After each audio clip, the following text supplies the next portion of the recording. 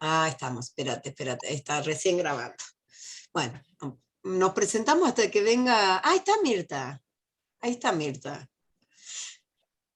Mirta, Hola estamos Mirta. esperando. ¿Dónde andará? Aquí se ve tapada. Bueno,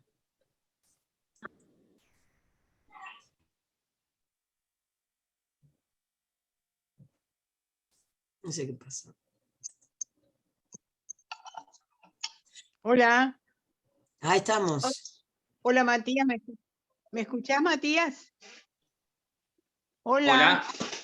Hola Mirta. ¿Me escuchás? Sí, no puedo con la computadora, tengo que hacer con el celular. ¿Me escuchan? Bueno. Ahora, pesada ya la está. inglesa. Hay que decirle a esta mina que habla que este es un espacio no colonizado, que no hable en inglés. Las Bueno, paradojas. Sí. las paradojas, ¿no? Sí. Bueno, yo Hola. quería tener un pedacito de entrada, si me escuchan bien, para explicarle a las alumnas que esta clase, este encuentro, este Zoom, es muy importante dentro de este proyecto nuestro de Procrear Creando en el posgrado de la facultad, porque intervienen dos colegas que además son dos psicoandinas. Es la primera vez que en el Procrear Creando se juntan dos psicoandinas para compartir este espacio, entonces para mí es muy importante aclararles a las alumnas que están asistiendo de qué se trata el tema de psicoandinas si no lo conocen, porque en realidad es un colectivo, más bien una tribu, diría yo, de colegas, que fue fundado hace algunos años y que empezó con algunos hitos anteriores que a mí me parece importante destacar, ¿no? En primer lugar, en una exposición que yo tuve en el año 2010 en un congreso en Córdoba, me encontré con una colega que después que yo terminé de hablar se acercó y me dijo que era catamarqueña, me preguntó si conocía Catamarca, se llama Carolina Álvarez, le dije que no, que era la tierra de mis bisabuelos, y me invitó para dar un seminario para la inauguración del servicio de una maternidad. Ahí conocí a Carolina Álvarez, que es la primer psicoandina con la que yo me conecto, de las nativas, digamos, y posteriormente sucedieron otros encuentros. Hubo un encuentro en un congreso en Jujuy, el Congreso de Psicología Comunitaria, al que llegué por error o omisión. En realidad no me querían invitar a mí, habían invitado a una colega de las bien academicistas, que no son con mi manera de pensar, y que le falló. Entonces, a último momento, para llenar el agujero o el vacío, me invitaron. Creo que fue Alicia Torres la que mencionó mi nombre, y ese fue un encuentro muy lindo, porque allí me encontré con todas las jujeñas, las salteñas, las catamarqueñas, y con una manera distinta de pensar. Ahí está Analía Celaya, Alicia Torres, Irma Silva, que era la presidenta del Colegio de Psicólogos de Salta, María Laura Lerma, y todas, digamos, ¿no? Fue un hermoso encuentro, a mí me conmovió mucho encontrarme sobre todo con el profesor Maidana, que lo conocí ahí, con Santillán, con Carlos Santillán, y después Analía me invitó para ir a Humahuaca.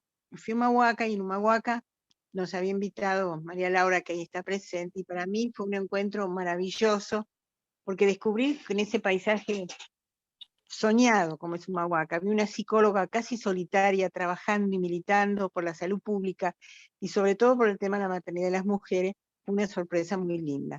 Fuimos a un mercado y nos probamos sombrero, nos probamos ropa, nos probamos poncho con Analía, María Laura y yo, y ahí se nos ocurrió la idea, ¿qué tal si las andinas o las psicólogas andinas nos reunimos, nos agrupamos o hacemos algo en común?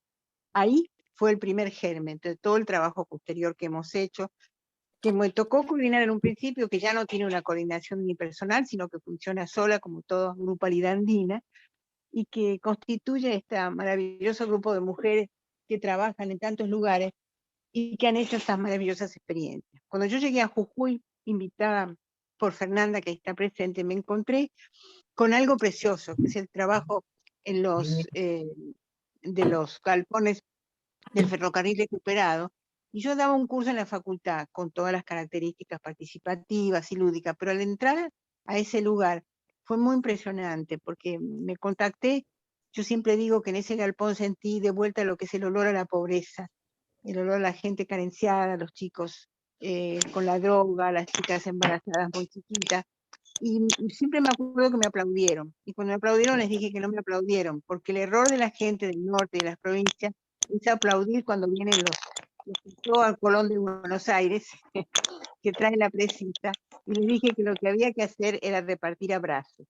Creo que quedé como marcada como la señora de los abrazos, a tal punto que cuando fue la formalidad en el Colegio de Psicólogos de Salta, organizado por Irma Silva, de las psicoandinas, ellos asistieron a ese encuentro, que fue en ese momento cuando se selló con las conferencias de todas y ese lindo encuentro, lo que sería hasta hoy el colectivo psicoandino, que hemos producido tareas, que hemos escrito libros, hay uno que ya publiqué, otro que está por salir, y que nos une algo muy importante, que el tener que las características del trabajo en la zona andina difieren quizá del resto del país, difieren quizá de otros lugares, porque nos proponemos una mirada descolonizadora, nos proponemos rescatar lo nuestro, lo propio, lo auténtico, lo negado, lo ninguneado, y por eso es una tarea muy fuerte que a mí me da vida, me da energía y me sostiene en todos mis momentos buenos y malos. Por eso yo les doy la bienvenida a Fernanda y a María Laura, dos mujeres excepcionales, dos colegas brillantes, que le dan un brillo especial a este encuentro de la Facultad de Psicología de Procrea Creando. Gracias, Fernanda. Gracias, María Laura. Gracias a vos. Gracias por decir cosas tan bonitas. Por lo menos así me siento, bueno, halagada. Tenemos que organizarnos aquí en medio de esta compleja vida que tenemos, ¿no? Yo le decía a María Laura que en el medio de pararme, le mandé un mensajito, mi hija me cuenta que otro amigo se suicidó. En el medio de esta pobreza, tenemos que, y de todos los dolores que nos atraviesan, seguimos creando junto, o por lo menos acompañando a las creaciones de Mirta y tratando de superar situaciones tan dolorosas que atravesamos todos los días. Así que como fue complejo encontrarnos con María Laura y organizarnos, pero sí intentamos organizarnos, yo diría empezar por decir un poco, bueno, yo quiero hacer el agradecimiento, después te doy el pase a vos y después pasamos el video, que es un poco, queríamos empezar por las voces de las compañeras de ese galpón que dice Mirta, que corresponde a un galpón de también un espacio silenciado por la política del menemismo en los años 90, que fue privatizado, recordarán, privatizados los trenes de nuestro país,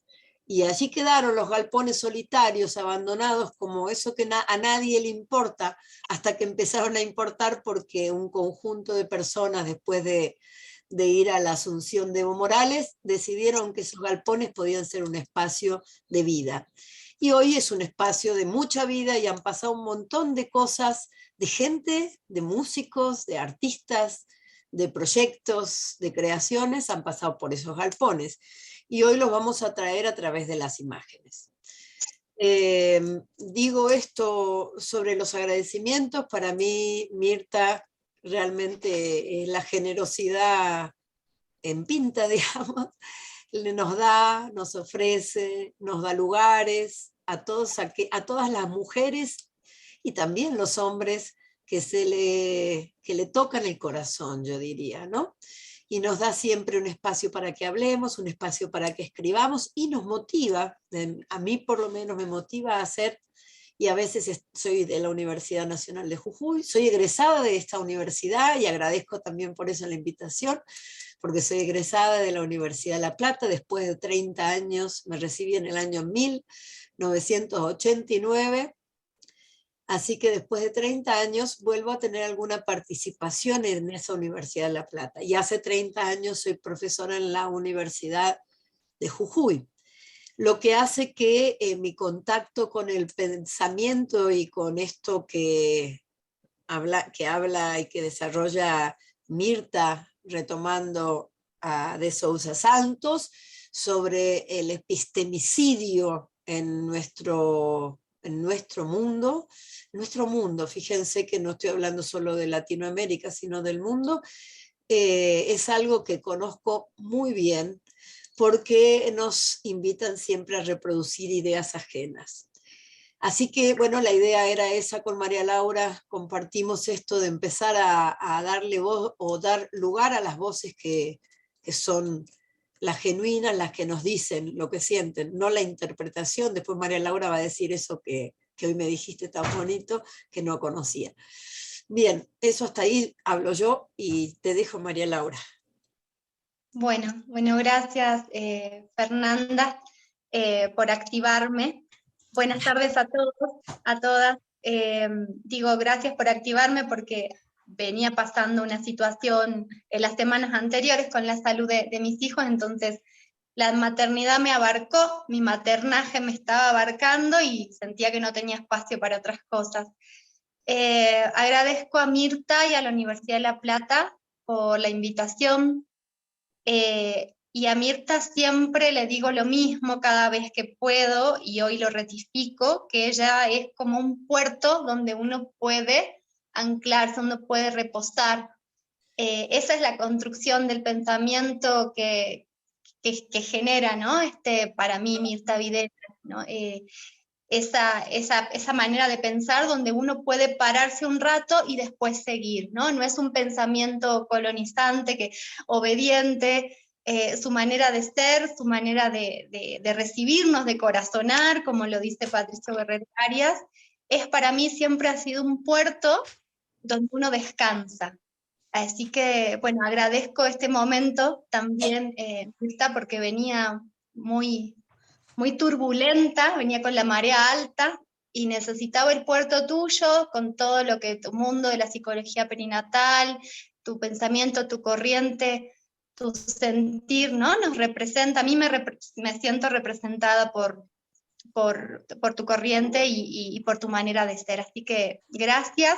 Esto es una joyita, este libro realmente es un libro que no tiene desperdicio alguno. Así que bueno, lo recomendamos también porque es algo que, si bien, como dice Mirta, lo hemos construido entre todas, ella ha sido la impulsora, ¿no? De esta manera de descolonizar a una psicología estructurada, obediente, hegemónica, a veces hasta cruel, donde no había espacio para nada más, ¿no? Que solamente es lo instituido. No había lugar para lo instituyente. Y ahora estamos instituyendo muchísimos saberes populares que el epistemicidio, como dice Fernanda, mató. Así que bueno, vamos a compartir un poco con ustedes. Me presento ahora. Mi nombre es María Laura Lerma, soy psicóloga comunitaria, territorial, trabajo en la Quebrada de Humahuaca. Mi madre era italiana, mi padre humahuaqueño, así que bueno, tengo un poco de los dos lados, y me dedico mucho y soy activista de los derechos de las mujeres en la red de profesionales por el derecho a decidir, que no ha cesado con la ley de IVE para nada. Hoy hay que luchar el doble, digamos, para que la salud pública no sea comida por las prepagas también, porque ahora está pasando que los médicos se llevan al privado porque ya lo pueden hacer con todas las letras, ¿no? Así que bueno, ese es un poco mi recorrido. Soy escritora, danzante también, y eso me ha ayudado a sobrevivir a muchísimas situaciones de mi vida. Bueno, así contando un poquito, y bueno, Fer, te agradezco en serio que me hayas empujado a estar acá. Así que gracias, vos también sos un puerto.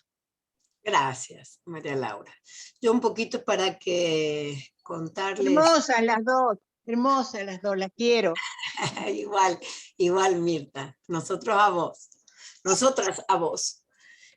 Un poco les cuento cómo se dio este espacio donde van a escuchar a algunas mujeres. Son varias las grabaciones que se las pasé a la universidad a través de una persona que se llama Mariana. Bueno, hemos elegido algunas partes y algunas referencias de algunas de los testimonios o relatos que hacen las compañeras.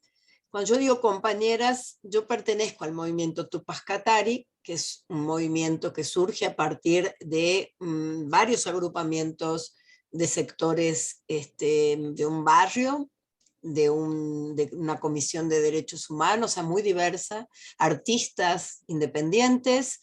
Se desarrollan, como dije, se desarrolla este movimiento a partir de la vuelta de un viaje de Asunción, de Asunción de Evo en Bolivia.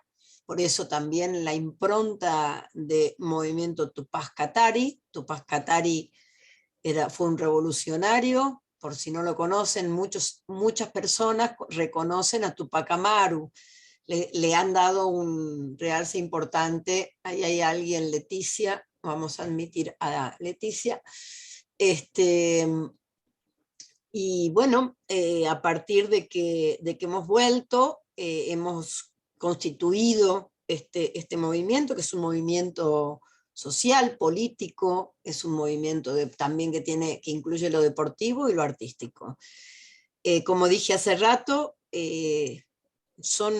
hablando de puertos, fíjense, para mí ha sido un gran puerto también, gracias María Laura por esa idea de un espacio donde uno pueda parar y donde pueda sentirse, porque la alienación y la enajenación, la colonización que sufrimos, no solamente la sufren los sectores populares, sino, como dijo Fanon, principalmente los sectores intelectuales como reproductores de ideas.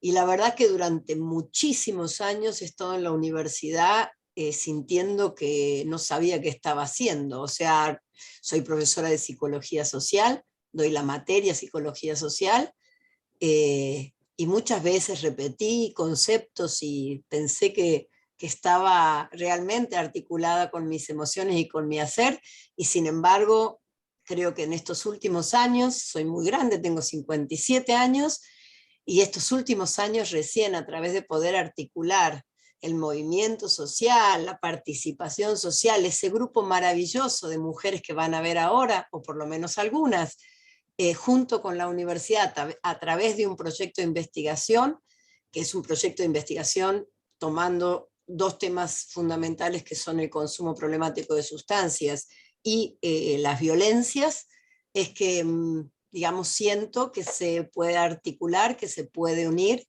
lo que pienso, lo que siento y lo que hago. En ese sentido, este taller que fue realizado solo para ustedes, digamos, solo porque Mirta, y te agradezco con todo el corazón, Mirta, eso también, porque no es mi área. Sin embargo, Mirta me lo pidió y ahí teníamos que estar. No es mi área, no, yo no trabajo en este tema. Entonces, bueno, ¿de qué estoy haciendo yo aquí? Y bueno, poder hablar con aquellas mujeres que todos los días compartimos, pero que no hablamos de este tema, fue maravilloso en muchos sentidos. El peso, la intensidad de esas mujeres hablando sobre lo que les pasó, nos trae a cada una de nosotros aquello que da cuenta de justamente eso que no está hablado, eso que está naturalizado, ese momento que ha sido fundamental en nuestra vida, que es el ser madres, el tener el momento de parir o de partir, como dice María sin querer, dice, en vez de decir parir se confunde y dice partir, María Ambrosio, que ya la van a escuchar, y poder darnos cuenta de un montón de cosas que necesitamos. Gracias, Mirta, porque además, gracias a esto, generamos algo fundamental, que es aprender a filmar. Porque fue un trabajo sí, filmar. Filmábamos tan mal que cuando el muchacho que tenía que hacer la edición tuvo que hacerla, dijo, uy, no puedo trabajar así. Así que tuvo un trabajo terrible. Conclusión, les pedimos un curso para que todas nosotras aprendamos a filmar, a editar y a mostrar lo que venimos haciendo. Así que como la dialéctica, que es este movimiento transformador entre aquello que es diverso, pero que se une, nos ha hecho realmente un gran favor, Mirta, en este sentido, porque esta dialéctica nos enseña. Paso entonces a mostrarles esto que sería el inicio, que no es el inicio del taller, sino el inicio que le vamos a dar, que vamos a ordenar bastante azarosamente, pero vinculado a los conceptos que queremos pensar. Primero, no interpretar al otro o a la otra en este caso, sino justamente dejarla hablar. Ahí va la China. Que han padecido la pérdida de su bebé por la negligencia, ¿no? Por la falta de atención, por decir todavía te falta, tenés que volver después, anda a tu casa. Cuando uno comienza una situación de contracciones, una situación de parto, te vas a una... Yo creo que a muchas personas les ha pasado ir al hospital y que te vuelvan de nuevo, anda a caminar un poco más porque todavía no estás para tenerlo, te falta, estás en uno, volvés cuando tengas 4 o 5, volvés y cada tanto te quieren hacer un control y cada 2 por 3 le meten la mano a la mujer para ver cuánta dilatación tiene. Yo creo que ahí hace falta mucha más experiencia, mucha más humanidad con las mujeres, ser más humanos con las mujeres. Son médicos y médicas que están tratando con mujeres y que están siendo por ahí, uno se siente cómo te trabajan de esa manera el cuerpo. Perdón, no se ve el video. Nos afecta, No me digas, ¿en serio? ¿No lo ves? ¿El resto ves? Solamente se ve la pantalla que compartís todos los videitos, pero cuando se despliega el video no se ve. Ay, no. Espérate, yo sabía que esto iba a pasar. A ver, gracias por la ayuda. Vamos a empezar de nuevo entonces. A ver, o sea, yo lo que tendría que hacer, si me ayudan, a ver, esperen un segundo. Yo lo que tendría que hacer entonces es primero... No pasa nada, ¿no? ¿No pasa nada? No. Ya sé por qué es. Porque hay formas. Varios participantes pueden compartir opciones avanzadas de fusión compartir. No. No es esto. Tecnología. ¿Ven? Otro curso para compartir pantalla. Quizás cuando abrís el video, ahí recién compartir pantalla. Buen punto. A ver. Vamos a ver. Primero abrí el video. A ver, vamos a ver esto que dice ella. Y ahí me voy, espérate.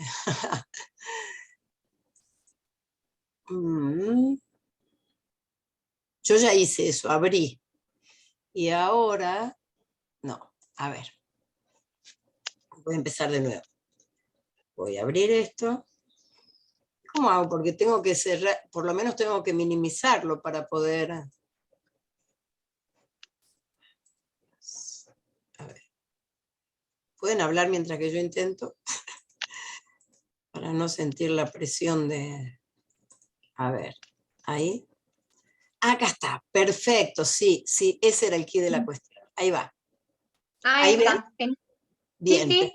empezamos de nuevo entonces. Sí. Que han padecido la pérdida de su bebé por la negligencia, ¿no? Por la falta de atención, por decir todavía te falta, tenés que volver después, anda a tu casa. Cuando uno comienza una situación de contracciones, una situación de parto, te vas a una... Yo creo que a muchas personas les ha pasado ir al hospital y que te vuelvan de nuevo, anda a caminar un poco más porque todavía no estás para tenerlo, te falta, estás en uno, volvés cuando tengas 4 o 5, volvés y cada tanto te quieren hacer un control y cada 2 por 3 le meten la mano a la mujer para ver cuánta dilatación tiene. Yo creo que ahí hace falta mucha más experiencia, mucha más humanidad con las mujeres, ser más humanos con las mujeres. Son médicos y médicas que están tratando con mujeres y que están siendo por ahí, uno se siente cómo te trabajan de esa manera el cuerpo, sin ser conscientes de que nos afecta, ¿no? A las mujeres, esto de que nos estén tocando cada rato, y un profesional que debería saber en qué momento la mujer tiene que parir y no estar metiendo el dedo cada 2 por 3. Más allá de eso, ¿no? El hecho de que también no tomen conciencia de que cuando una mujer llega para parir un bebé, si tenga una dilatación, tiene que ser atendida. No puede estar siendo enviada a casa o enviada a caminar para que el embarazo o el parto siga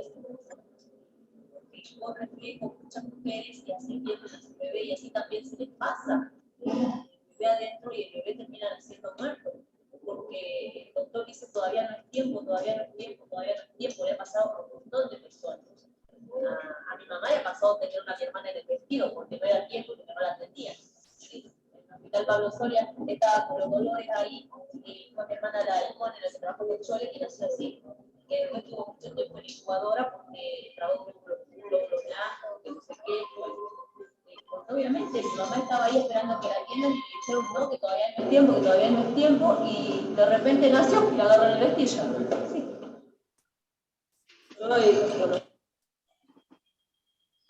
A ver.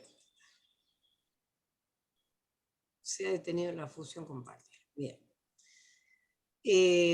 La China es dirigente del movimiento Tupac Katari y además es ella la que me ayudó a armar este taller. Este taller no tenía más que esos, no sé si han visto que hay unas figuritas que ella armó, donde tenían que poner qué emociones aparecían en relación al momento del parto, y la mayoría puso su carita alegre, pero cuando empezaron a hablar, que no lo vamos a ver porque es muy largo, pero no hubo una, creo que ha habido una sola de las mujeres que dijo, y aparecía vinculado el sentimiento a lo que decía. Qué lujo acercarnos hasta allí. Sí, con todo el ruido que habrán sentido que se escuchaba por atrás. Así es la vida cotidiana en los galpones recuperados. Bueno, la China también, dicen la China, se llama Marisol Ortega.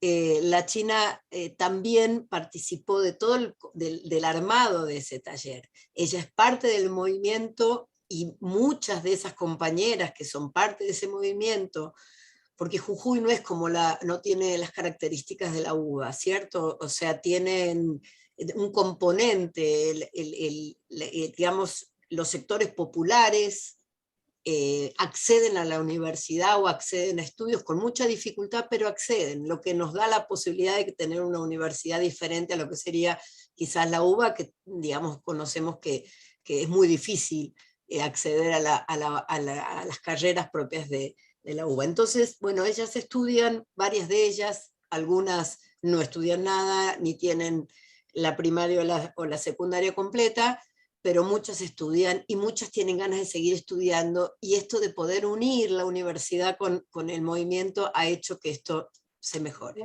Dale, María Laura. Me estoy acordando ahora que estás hablando de los orígenes de la Universidad Nacional de Jujuy. Una de las personas que generó y que insistió fue un sindicalista, Abelino Bazán, detenido desaparecido, de Minel Aguilar. Fue una de las personas que empujó para la creación del movimiento de la universidad. Entonces también vemos cómo en las bases de nuestra universidad jujeña hay un acercamiento y una apropiación de los sectores populares, del sindicalismo, ¿no? De las luchas, y no es poco. Así que esto que nos ha traído Fernanda con el grupo de Marisol y de todas las chicas del movimiento Tupac Katari, nos moviliza. Y por eso decidimos con Fernanda que arranquen ellas, que arranquen sus voces, no hacer lo que hace el academicismo progre, que es esto que le llamamos sobreísmo, hablar sobre el otro, ¿no? Hablar sobre lo que, pero si lo tengo al otro al lado, ¿cómo voy a hablar sobre el otro? Entonces, escucharla a la China, después ya habilitaremos los micrófonos. Hoy nos planteamos con la Fer, después de escucharla a ella, ¿y dónde se sitúa una mujer que vive en esta situación? ¿Dónde se sitúa? ¿Dónde se aloja? Porque uno escucha estos relatos, que lo escuchamos con muchísimas mujeres y los vemos también, porque a veces no es del lenguaje verbal, sino el del lenguaje físico. Hay mujeres que se quedan quietas porque no pueden defenderse, ¿no? Con tanta, a veces, violencia de parte de las instituciones. ¿Dónde se sitúa la mujer en estos momentos?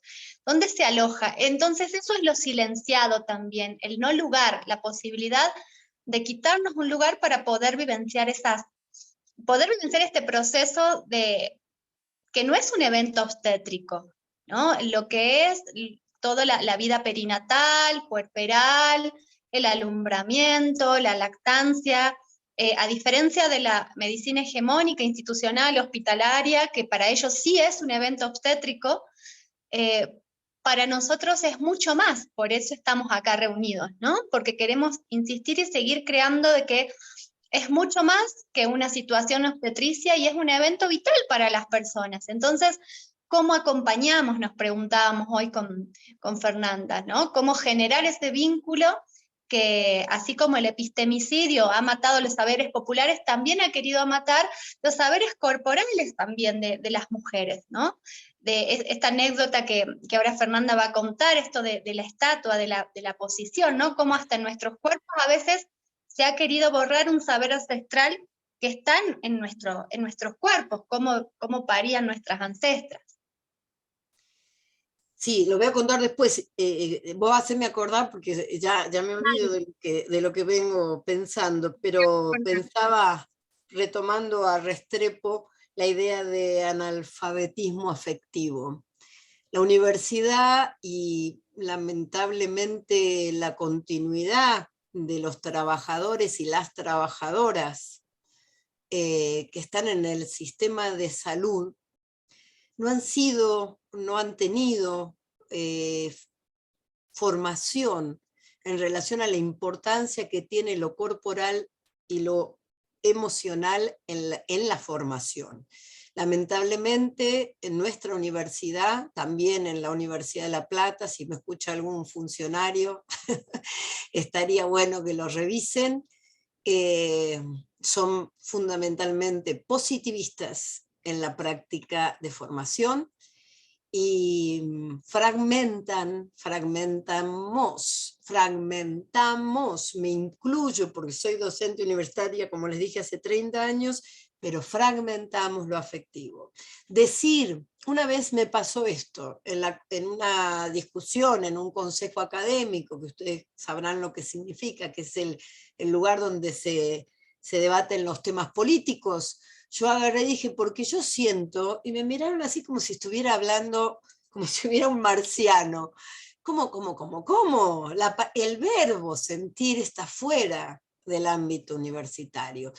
¿Por qué? Y ahí viene justamente el epistemicidio, porque se valora únicamente la capacidad racional. ¿Y qué dice Restrepo? Que no somos máquinas, que justamente lo afectivo, lo emocional, lo que tiene que ver con lo que nos pasa e interpretamos desde nuestra subjetividad, es lo que nos diferencia de las máquinas, de los robots, de las máquinas. Y esto lo denuncian en la expresión, en su discurso, estas mujeres todo, pero todo el tiempo.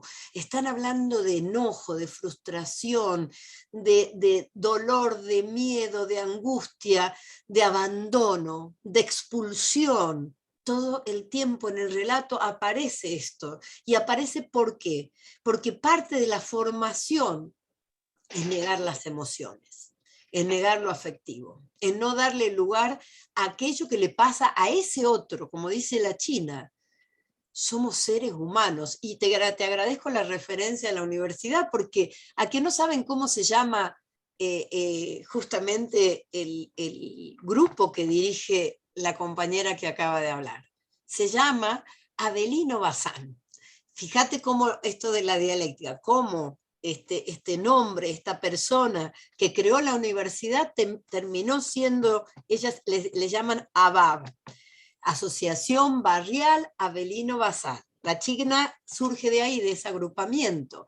O sea que va y vuelve. Siempre que podamos escuchar que tiene que ir y volver aquello que surge de la entraña, de la tierra, que es la tierra de aquellos que la habitaron, que son negados, que son silenciados, ya no como parturientas, sino como seres. Y ahí podemos hablar de lo que decía de Sousa Santos, de vuelta de una línea abismal donde el otro, donde la otra, no existe, no tiene derechos. Miren, les voy a leer una partecita, si me dejan.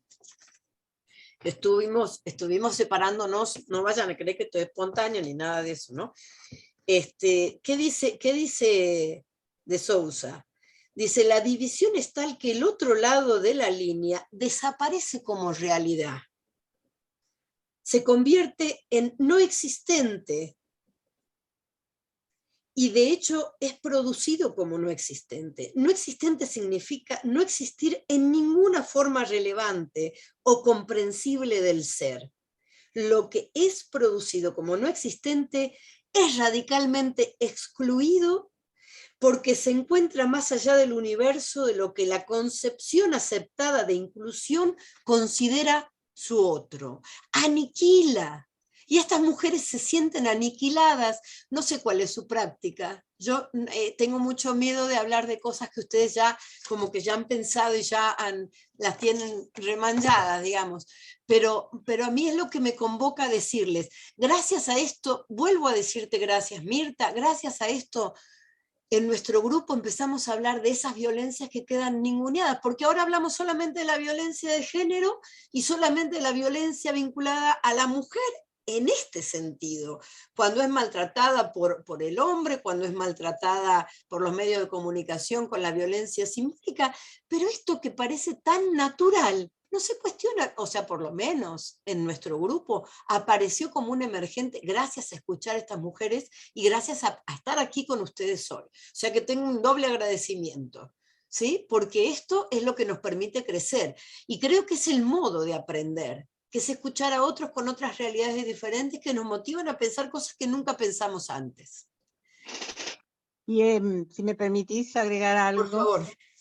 Todo lo Sí, que vos claro. estabas disertando aludía a quien considero mi hermano, mi maestro, que es Patricio Guerrero Arias, cuando él plantea una ciencia corazonada, o un enfoque corazonado realmente, ¿no? Acaba de publicar algunos trabajos que yo estoy desarrollando junto con él, que se llama el secreto deseo de ser doctor o licenciado, donde plantea un cuestionamiento muy duro a nuestra manera de actuar y de ser, respondiendo a un modelo socioeconómico capitalista, donde somos un producto más y donde estamos alejados del sentimiento, del corazón y del sentir de la gente.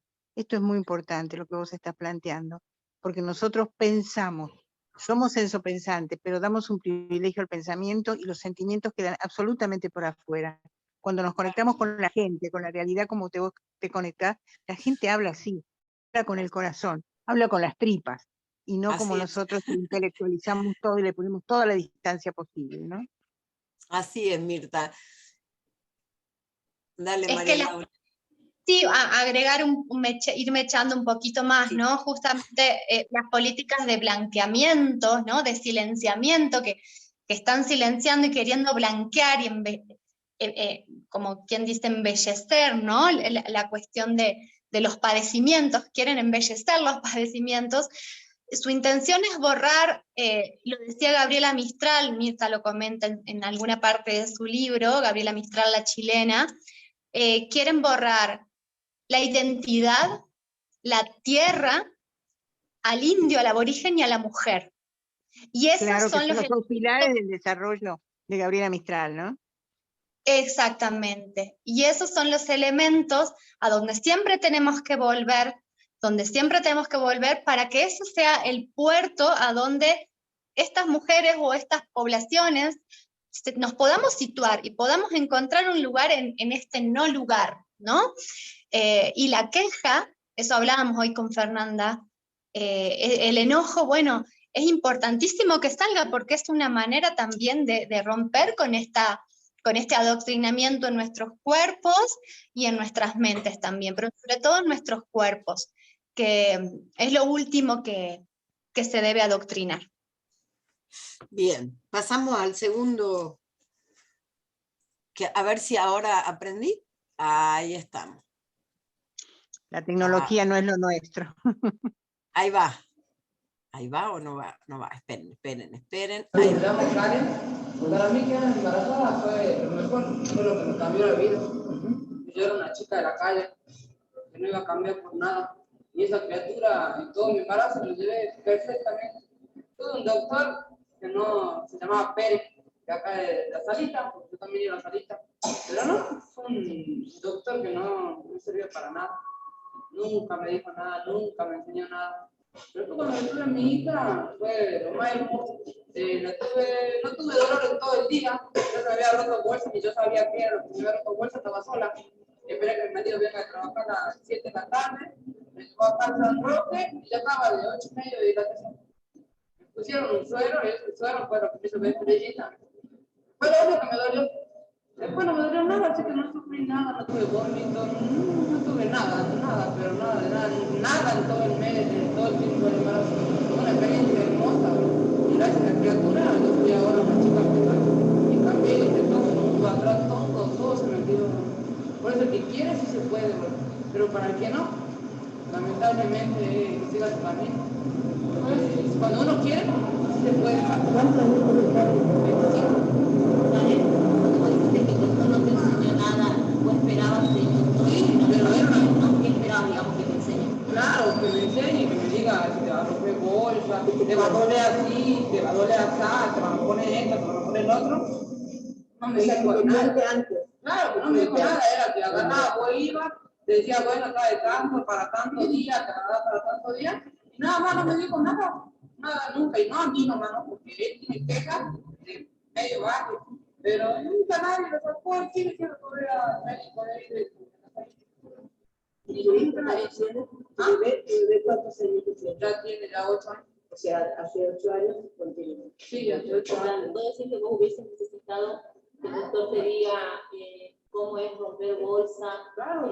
cómo son las contracciones? Claro, yo no sabía nada. Yo sentía que algo me salía agua todo el día, un sábado me salía agua todo el día.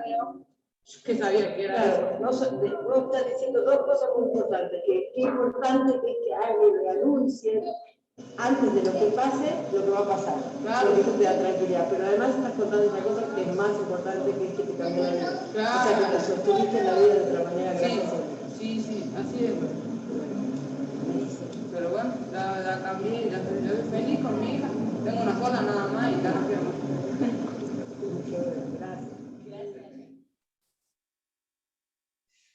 Bien.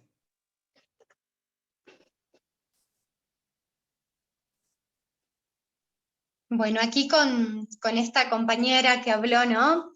Llama la atención a veces como el distanciamiento emocional que surge, ¿no? De acuerdo a esta falta de acompañamiento.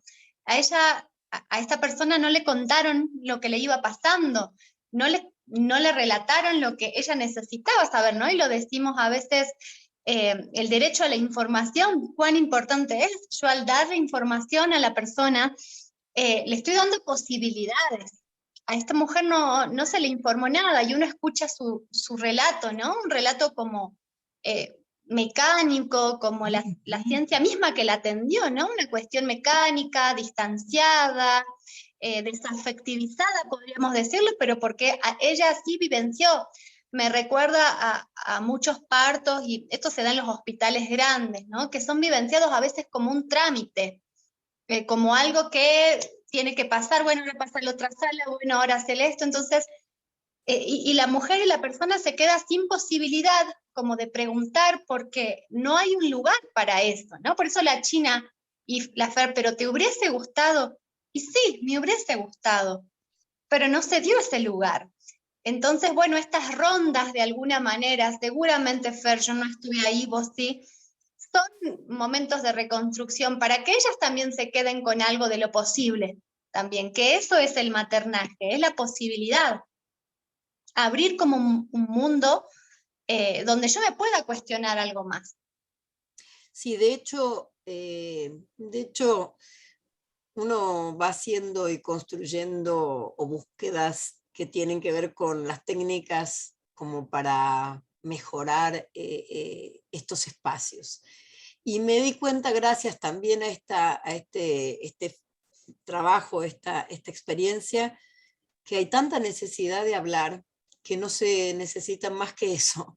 Simplemente permitir la escucha, porque además, no sé, bueno, es imposible darse cuenta porque ustedes están viendo pedacitos, pero había un intercambio de tal manera que se iban apoyando en la experiencia de la otra persona, con lo cual no se sentían tan solas en esa experiencia, en ese recuerdo de la experiencia tan solitario, tan por ahí triste, ¿no? Una persona que habló, una mujer que habló, empezó a hablar y empezó a decir yo soy papá, y se puso a llorar, y ahí se acabó el intercambio, porque era muy fuerte solo recordarlo. ¿Qué le habrá pasado? ¿Cómo ha vivido eso? ¿Cuánto escuchamos? Pero esto no lo digo, no sé ustedes, a mí me gustaría escucharlas también, saber de qué se trata, el cómo intervienen ustedes en esta vida cotidiana de estas otras mujeres, de estas mujeres que son no aquellas que pueden tener un parto pensado, organizado, con un médico, uno, no muchos, que las toquen y que cambien y que no saben quién es el médico, ¿no? Eso hablábamos con María Laura, ni idea quién era el médico, aparece porque le cambian los médicos, entonces ese otro que está acompañando, ¿cómo puede acompañar si es un desconocido? Un desconocido que quizá con palabras, es verdad que puede. Me contaba la China, les cuento que antes de empezar a hacer este taller, estuve hablando 1 hora y media en otro encuentro con la China. Y la China se pasó, yo le dije, bueno, ya está, no me cuentes más nada, porque no podía pararla de hablar. Y lo que me decía es que 2 palabras, 2 frases de una médica la ayudaron a sostenerse. Le dijo nada más, vos podés, yo te acompaño, yo te voy a ayudar. Eso solo le permitió a ella ir hacia adelante. Entonces, si nos damos cuenta que es tan sencillo y hay una persona al otro lado que no se da cuenta, de algún modo tenemos que encontrar la forma de decirles a estos señores, a estas señoras médicas, enfermeras, porque las enfermeras también maltratan, lamentablemente. Y entonces, lo digo no porque se me ocurre, sino porque lo he escuchado de todas ellas, como les dijeron, te querés hacer un aborto solo porque tenía un quiste y sangraba. ¿Dónde? ¿Cuándo? ¿Con qué te metiste? Nunca le preguntaron, ¿qué crees que te está pasando? Ni nada. El ser sospechadas por ser pobres, te olvidaste de eso, en esas contradicciones que tenemos donde el opresor se sitúa, está el ser mujer y ser pobre y ser andina. Ser andina también. Entonces, bueno, es muy fuerte. No sé qué dicen, por ahí estaría bueno escucharlas. Abren el micrófono ustedes, así que. Sí, yo quería comentar lo que dice la China, yo lo escuché por la obstétrica en el curso de preparto, y era literal, decía, ustedes no vayan a caer a la guardia del hospital si tienen una dilatación, ni se les ocurra pasar por el hospital, porque la vamos a mandar de vuelta. Lo dijo en cada encuentro del curso preparto. Y yo, que no tenía ni idea, yo decía, qué cosa tan rara esto de que te van a mandar de vuelta, y entonces, ¿qué haces? Decía yo, bueno, es tal cual, y en lo personal en el parto, a mí me tocó que cuando estaba en la última instancia abren la puerta y entró una ginecóloga que yo no conocía, no había visto jamás en la vida. Bueno, no me quedó otra que aferrarme a la persona que estaba ahí. Pero lo que decía la China era tal cual, este curso es un curso de preparto del hospital público de acá de la provincia de Neuquén. Entonces, pero es verdad que en el mismo curso no se alojaba no solo el sentir, no solo la palabra, ni el cuerpo, nada del que estaba ahí presente en el curso. Literal. Entonces yo la escuchaba a ella y decía, yo lo escuché tal cual y era así como sucedía. Y sí, es así como sucede, tal cual. Aquí, si me permiten, para aumentar la afirmación de Mirta en su precioso libro. Mirta, te quiero decir que este también es un avance en relación. Esta oportunidad me llevó al libro igual que a María Laura, con más énfasis, y de vuelta encontré un montón de cosas maravillosas. Entre ellas el tema del silencio, que nunca lo había entendido, Mirta. Lo dijiste en Psicoandina y dije, ¿de qué está hablando, Mirta? No, ¿cómo el silencio? Desde Psicoandina estoy pensando en el silencio. Lo veo en tu libro y lo escucho. Lo escucho en la China, que no está la grabación, cuando dice, yo calladita, y ahora lo van a escuchar en María Ambrosio, que es la que grababa y qué sé yo, se pone del otro lado ahora y habla. Y esto lo dice por el silencio como táctica para zafar de la violencia ejercida contra. ¿Les paso, quieren? Sí, por favor. Ahora que ya aprendí, a ver. A ver si no me estoy equivocando de nuevo. Espérate, película, TV, acá será este. A ver. Sí, es este. Ahí va. ¿Lo están viendo? También creo que lo emocional cuando fui madre soltera, he visto a varias mujeres enfrentar el embarazo sola y donde no se sienten contenidas. Y a veces la misma familia, también la madre, me trajiste un nieto sin papá, sin padre, o quién, la misma madre dice, ¿de quién será? ¿Con quién te habrá ido donde estés? Y bueno, todas esas cosas también afectan a la mujer, más cuando uno es menor de edad. Yo lo tuve a los 15 años a mi hija, pero tengo 2 hijos. Y soy María. Soy María Ambrosio. Tengo 2 hijos. El primero fui a Pablo Soria, los dos en el Pablo Soria. 3 kilos 600 pesó la nena. Joven también, a mí me ataron las piernas, porque decía que me hicieron cortar la uña, siempre he sido de tener las uñas largas, porque decía que arañábamos al momento de partir, de hacer el parto. Y me hicieron cortar las uñas, me ataron los pies, lo que sí empezaron con los... Rompí bolsa a las 6 de la mañana, pero parece que no dilataba. Desde las 7 de la mañana hasta las 3 de la tarde, yo le digo siempre, me han metido la mano como mecánico. Venía uno, me metía, venía el otro, me metía. Me metieron la mano como mecánico, siempre le digo, nunca más. Ya del segundo, rompí bolsa, pero me la banqué en la casa y fui hasta el último, a 4 de la tarde, que nació a las 5. Él me lo hicieron, me desmayé 2 veces, la enfermera sí se subió, era un partero, se me subió arriba de la panza, y después ya cuando vino la doctora, yo recién reaccionaba, y ¿por qué le hicieron tener así a la mujer? Está desgarrada. Cuando al día siguiente me han ido a ver, no quería, ¿estás bien? Le decía que estaba bien, pero no quería que me toque. Decí que solamente me desgarré la pierna, tenía que pesaba 4 kilos 60. Cada año iba subiendo más, me decía la enfermera. Y ahí había una señora que vive en el barrio, que era de limpieza. Ella me iba, me hablaba, se daba cuenta cuando ya sangraba, porque te dejaban una pieza, decía parto grave o parto agudo, y te dejaban con el goteo, y nada más cada rato iba, y ya parece que ya estaba a punto, y yo ya estaba sangrando, y la señora se fue a decirle a la partera que ya estaba a punto ya de salir, y de ahí...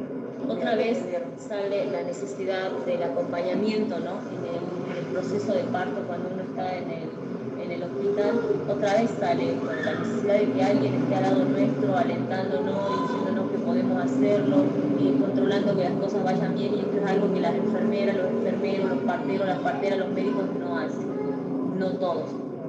Yo creo que son los casos contados. Pero surge de nuevo esta necesidad de que nosotras como mujeres podamos estar y sentirnos acompañadas en ese proceso de parto.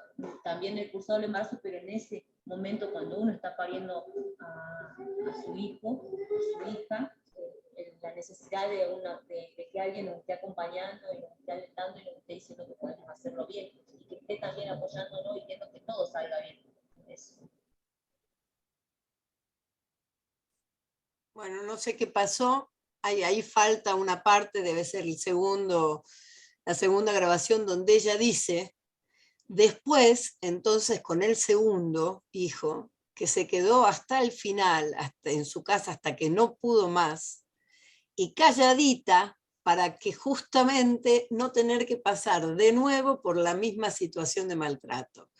Entonces dice yo, calladita, lo mismo dijo la China, ¿no? Calladita, el calladita ese como una herramienta para zafar del maltrato. A mí me impactó mucho eso, y hablábamos con María Laura de la diferencia, o de, en todo caso, lo silenciado y el silencio. Lo silenciado por el otro que oprime, que tiene el poder de decirte te callás, y que de hecho lo hacen, ¿te gustó? Bueno, ahora callate. Estas frases también las dijeron, todo esto está en las grabaciones, algunas de ellas están se los mandé a Mariana, y otras, digamos, no pudimos hacer la edición, pero esto estaba expresado todo el tiempo. El nivel de violencia para mí fue impresionante, muy impresionante. María. Lo silenciado, hasta a mí la volví a escuchar a María, le cortaron las uñas y le ataron los pies. Háblame de mutilación. Háblame de mutilación. Por algo ella dijo partir y no parir. Por algo este lapsus. Por algo este lapsus. Porque la partieron. Cortarle las uñas sin su permiso, sin hablarle, sin decirle, atarle las piernas. Ella lo vivenció desde la mutilación. Entonces, ella eligió en su segundo parto un silencio, una resistencia, una estrategia de sobrevivencia también, de supervivencia también, que siempre nos dicen, los collas, los andinos son muy callados. Es una estrategia también, estrategia, ¿no? Y es una manera de ser y de estar y de transitar. Por suerte, María lo pudo reparar, lo pudo contar, y estos espacios son para justamente eso, ¿no? Reconstruir nuestras partes rotas y mutiladas, que el hospital con su violencia obstétrica, su violencia hospitalaria, nos mutila y nos rompe también. Así que es muy interesante su relato. Solo es el hospital, ¿no? No solo es el hospital. No solo, es verdad. Porque el relato que ella hace de todos los que pasan y la atacan son las reiteradas violaciones que hace sobre su cuerpo. Cada uno que entra y la ataca, la viola, y finalmente viene la partera, se sube arriba y le hace el cristeler, la tortura. Y esta imagen es tremenda. Yo estaba, cuando ustedes hablaban, recordando la primera vez que yo di un curso en el hospital de Salta en el año 84, que me invitó el ministro Tanoni, que ya no existe más, el sanitarista, y entonces el jefe de servicio me pidió ir a la sala dilatante. Yo entré a la sala dilatante y habían de 2 mujeres en dilatación en una cama, gritando todas afuera. Entonces Tanoni en chiste me dice, a ver qué hace una psicóloga frente a esta escena. Entonces yo me acerco a una de las mujeres y en el oído le digo, señora, ¿cómo se llama? La traté de usted. Le dije señora y le pregunté cómo se llamaba. La nominé. Me dijo el nombre. Entonces yo en voz alta le dije, bueno, María, ahora relájese, respire tranquila, que todo va a ir. Y dejó de gritar. Claro. Y entonces Tanoni después me decía, la psicóloga milagrera. No, le digo, la psicóloga que te está enseñando a respetar. Si a todas las tutean, a todas las bostean, a todas las tratan negras de mierda, cállate la boca, loca, y todo como las tratan, lógicamente que el grito es la respuesta a la opresión, a la violencia y la violación. La violación. Vos sabés que yo iba a decir abuso, iba a decir acoso, y dije, me reprimí, te digo la verdad. Yo digo, no estaré un poco pasada, pero cuando, bueno, lo decís vos, así que me sumo a lo que decís, la violación, porque es el cuerpo, es ese cuerpo que es cosa, es cosificado. Entonces se usa, se tira, se pone, vení, trae, te pongo, meto la mano, saco la mano. ¿Quién es ese otro? Queda nada, no hay otro, hay una cosa, un objeto el cual yo puedo mover para un lado para el otro, terrible. Lo que vos escribiste en parir y nacer, ¿cómo es? No. Nacer y parir. Sí, estaba cambiada al revés la palabra, eso es, ¿no? Que de hace tantos años. Y Mirta sigue exactamente igual, o sea, siguen haciendo exactamente las mismas cosas de lo que escribiste hace más de 30 años, ¿no? Terrible. Yo cuando empecé a trabajar... decir, perdón. No, sí, te escuchamos. Que pensaba en esto de que si las mujeres no tienen la información, por ejemplo, que esa maniobra de Cristeler está, es algo ilegal, que no debería hacerse, como que pienso en eso también, como que se vulneran los derechos, y pensaba en esto de la dilatación como una analogía con la academia, como que si tenés un 2 de dilatación estás desaprobada, y si tenés un 10 es excelente.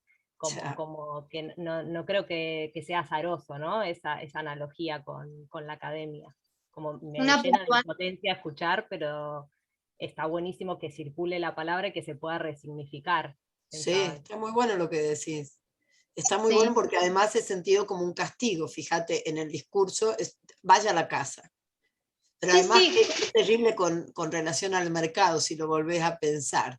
Porque cuando nosotras, aquellas que tenemos obra social, y vamos a la clínica, enseguida nos dice camine, pero camine por el hospital. O sea que ellos cobran, digamos, siguen cobrando la mercantilización también de la vida, de aquel que traemos a este mundo y lo traemos desde ese lugar, enseñándoles en ese acto inicial. Por eso me parece tan importante esto que ustedes están haciendo en este seminario, ¿no? Porque de verdad que hablar de creación, ¿no? De algo que tiene que ver con lo que decía la China al principio, de humanizar, de volver a recuperar los rasgos humanos. Nos estamos, digamos, perdiendo, no solamente en el acto de parir o de nacer, sino en su conjunto, pero poder repensar esto me parece sumamente valioso, y que ustedes lo estén haciendo en este seminario, mucho más aún, que son las encargadas de trabajar en esta área. Ibas a decir, perdón María Laura, te interrumpí, entusiasmé. No, pero enganchó perfectamente a Yelén, ¿no? Cómo nos puntúan, cómo nos nominalizan, esto, no, tenés 2, anulada, reprobada, nuestra capacidad de autogestionar nuestra percepción, ¿no? De ir viendo cuándo estamos cerca, o sea, es como que nos ponen una medida, bueno, listo, fuera, adentro. Quería comentarles también que cuando yo empecé a trabajar con el tema de las maternidades, con el tema de salud de la mujer, y empiezo a trabajar con las comunidades rurales, aborígenes de acá de la Quebrada y de la Puna, me llamaba mucho la atención, hoy ya lo naturalizo a veces, pero me lo he cuestionado, ¿por qué las mujeres cuando se acerca el momento del alumbramiento, del parto, dicen, bueno, yo ya tengo fecha para enfermarme tal día? Yo en un mes ya me voy a enfermar, ¿no? Y lo dicen muchísimas mujeres, más de las zonas rurales, más de las zonas alejadas, no tanto en las ciudades. Entonces, bueno, no es casual también que se vivencie seguramente por los malos tratos que han tenido sus ancestras, por parir en las casas seguramente, porque el parto domiciliario es catalogado de alto riesgo en el sistema sanitario, ¿no? Hegemónico. Seguramente ese nombre o esa representación, ¿no? Me voy a enfermar cuando van a dar a luz, cuando van a dar vida, tiene que ver, esto es un pensamiento mío nada más, con cómo han vivenciado esos momentos, ¿no? De enfermedad, como que vos estás enferma y no estás bien, y seguramente el trato que se le ha dado a sus ancestras por parir en los domicilios, porque es lo que siempre se hizo, es lo que antes se estilaba, ¿no? No había posibilidades tampoco de ir a parir en un hospital. Entonces ellas siguen nombrando hasta el día de hoy, yo lo escucho, pero ya lo hacen porque se dice así, ¿no? Me voy a enfermar y tengo fecha para enfermarme. No sé si lo han escuchado en otros lugares, pero por lo menos acá en la zona, en la Quebrada, en la Puna jujeña y salteña se lo escucha así. Y es muy fuerte también porque eso me pone en otro lugar, en un lugar de enfermedad y no de vida, ¿no? No en un lugar vital, sino en un lugar de susto también, de culpa, ¿no? La culpa que acarrea también. De patología, porque cuando empieza el trabajo de parto dicen, empezaron no dicen las contracciones, se enfermó a tal hora, se descompuso a tal hora, y es casi sinónimo de los términos descalificatorios que hay o patologizantes de la menstruación y la menopausia también. Claro. Bien. ¿Quieren escuchar a Claudia como para que tomemos un ánimo en relación a esto de... A ver, esperen que voy a admitir... Ah, mira, Mercedes Pamani. Esta compañera no es compañera de ustedes, es compañera mía. Hola Elsa Mercedes, qué gusto que estés acá. Es mi compañera de 30 años de trabajo en la universidad y me alegra mucho que esté. Bien, lo que estaba por mostrarles algo que nos da un poco de entusiasmo, de alegría, y que tiene que ver, yo voy a leer una frase de Fanon, no sé si han leído Los Condenados de la Tierra, texto que además está prologado por Sartre, y que es un visionario Sartre en este texto, porque muestra lo que después pasó en Europa, que es que se volvió como un espejo a reencontrarse con la violencia ejercida durante tanto tiempo contra los argelinos.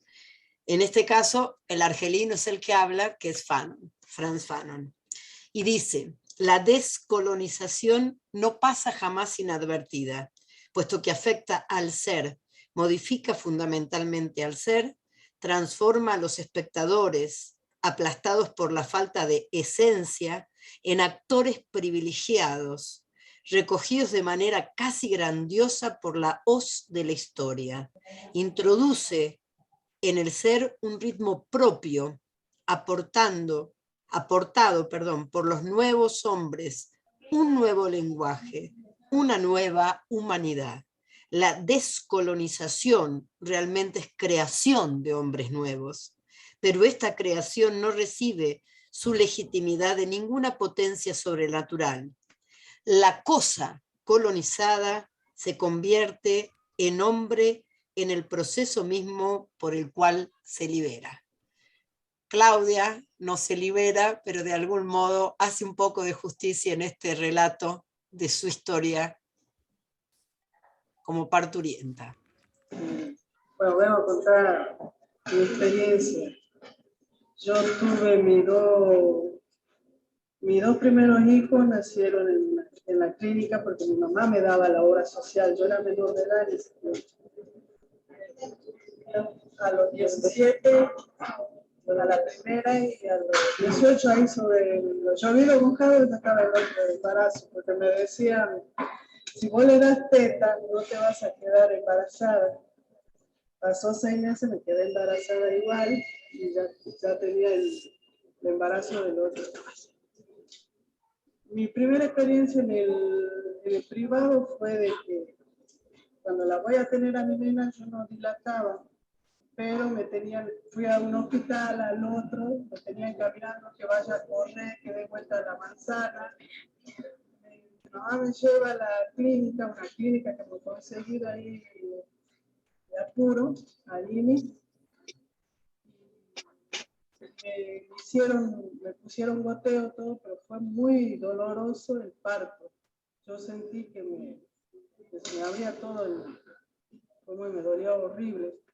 Me hicieron punto, todo eso, y la clínica no te ve así nomás, sino que te hace poner uno sobre otro.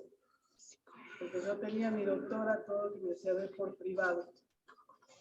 Después con el segundo embarazo, ya cuando tengo a mi chango, ya me hice ver bien con el doctor, llegué y lo tuve. No fue el mismo dolor que el anterior.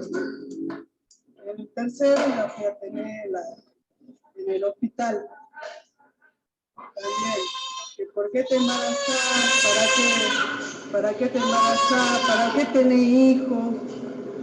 Las mismas parteras, las mismas enfermeras no tenían empatía con una misma, que eran mujeres. ¿Para qué te embarazas? No grites, si te gusta, ahora aguántatela, es lo que te decían. No sabía salir puteando, yo con mi carácter yo la puteaba. De todo le decía. Después con la última también lo mismo. Me agarraban justo a las madrugadas para ir a tener. Sí, salía mi mamá, mi hermana, los que estaban en la casa y me acompañaban. Y bueno, y después con la última, que es la... ¿Ah? ¿Cuántos años tenías por el tercero? Sí, debo haber tenido 21, 22 años. Seguía uno tras otro. Sí, son los cuatro primeros son seguidos. Y bueno, después de 19 años me quedé embarazada de nuevo pensando que era la vesícula. Me doy con que estaba embarazada de 4 meses y me hago ver, porque tenía ya obra social propia, lo tenía todo, me hago ver. Pero ahí también fue otra cosa violenta, porque yo me hacía ver con el médico me dice, bueno, para el 28 programamos el parto. Porque ya el bebé ya no puede estar, que ya mira, se te pasan los tiempos, el 28 de abril. Me voy a internar, me ponen suero, goteo, para agilizar el parto. Y no, eran las 12 de la noche y yo no tenía dilatación. Y me dicen, no, igual vas a tener que hacer, me van a cambiar todo para que vaya a la sala de parto, y no tenía dilatación. Me dijo, no, doctor, yo quiero que ahora me haga la cesárea. Hágame la cesárea para tener, no, pero yo con vos acordamos que vuelvo a tener por parto normal, pero yo puedo cambiar de decisión. Estoy todo el día acá en la clínica Me han puesto un suero, me han puesto el otro, y no dilato. Así de que hagamos la cesárea. No, pero ¿qué te pensás vos? Nosotros ya habíamos acordado.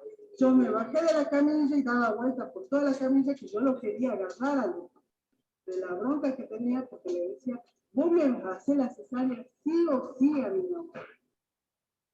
No, que no, gordita, después quería calmar todo.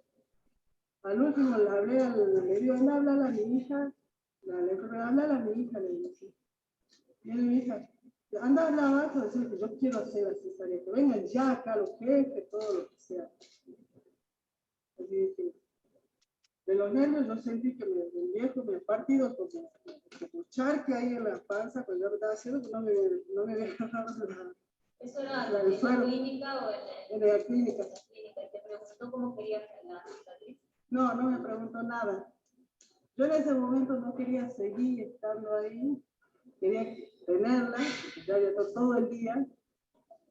Entonces, digo, no, que me falta que sea, pero quiero salir ya, quiero que nazca la bebé porque todo el día, solamente podía tomar agua, estaba re mal, estaba nerviosa, yo no sabía qué es lo que estaba pasando adentro de la panza, cómo estaba la bebé, qué es lo que hacía, nada. Hasta que me durmió y después cada que. Y después también lo que contaban las chicas sobre las madres. Mi mamá tuvo 8 hijos, 12 murieron. Pero en ese tiempo a ella no la dejaban hacer cesárea, no la dejaban que se haga ligadura de trompa. Pedían que los maridos vayan y le firmen, y le den la autorización para que ella se pueda hacer la ligadura de trompa. Conmigo, que yo era la última, mi hermana le falsificó la firma de mi papá y se pudo hacer la ligadura de trompa. Si no hubiésemos sido más cabal. Bueno, aquí tenemos otra respuesta bastante diferente a las que hemos escuchado. Una mujer que quería decidir sobre cómo tener su hijo. Y una de las cosas que sucede a episodios como que generalmente cuando la mujer pide cesárea y se la niegan en el hospital público, lo que está detrás es la realidad que en los hospitales públicos nuestros no hay anestesia. Y como no hay anestesia, no hay peridural, entonces no se hacen todas las cesáreas que a nivel privado se hacen. Y se lleva a situaciones extremas al nacimiento de un niño en las peores condiciones que terminan con patologías que debieran solucionarse con una cesárea. Este es el tema. Sigue siendo los nacimientos de pobres y los nacimientos de ricos. Esta es la realidad. Aquel que nace en una clínica privada tiene acceso a una cesárea porque hay peridural y hay anestesista. Y a nivel hospitalario, los anestesistas son reyes, existen pocos, están mal pagos en los hospitales, entonces generalmente no van a los hospitales. Y no hay anestesia. Esta es la realidad oculta del sistema de salud nuestro, ¿no? El perverso sistema de salud. Así es. María Laura.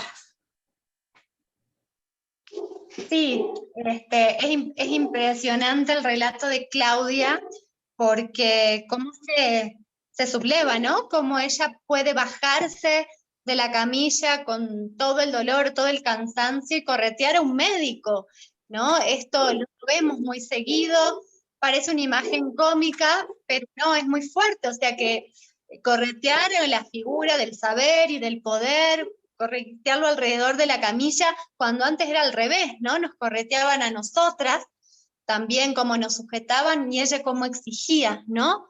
Esa cesárea o ese derecho. Yo puedo cambiar de opinión, que lo dijo Claudia. Está bien, habíamos planteado el parto, pero también puedo cambiar de opinión. Lo decía el comunicador y biólogo Maturana, que falleció hace poquito, el chileno, ¿no? Derecho a cambiar de opinión, derecho a poder retirarse.